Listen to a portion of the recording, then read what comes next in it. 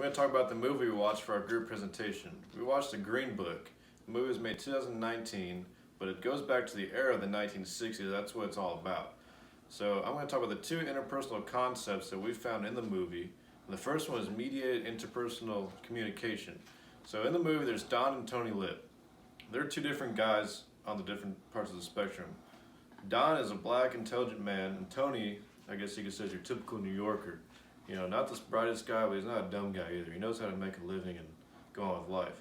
So anyways, right off the bat, they go on this tour together. Tony, the white guy, is Don's chauffeur to this tour. So right off the beginning, they're on two different sides of the spectrum. Right, because Tony is white and Don is black. So back in those days, 1960s, you know, segregation was a big thing. So they didn't really get along in the beginning, but over time, they started to show each other things that they could do to become more of a bond.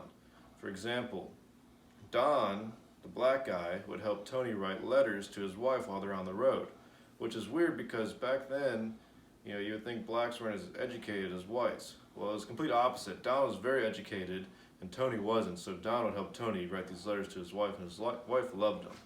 So now on the other side of it, we have mediated communication.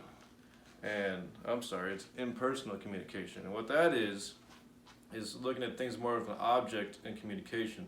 So like Don, for example, being a black man back in those days, was just seen as an object. They didn't really have a whole lot of rights, which is terrible to say, but they didn't. So that's how Don was looked at. You know, he was just an average black man. No one really knew who he was, but in the long run, he was a very intelligent, very smart man.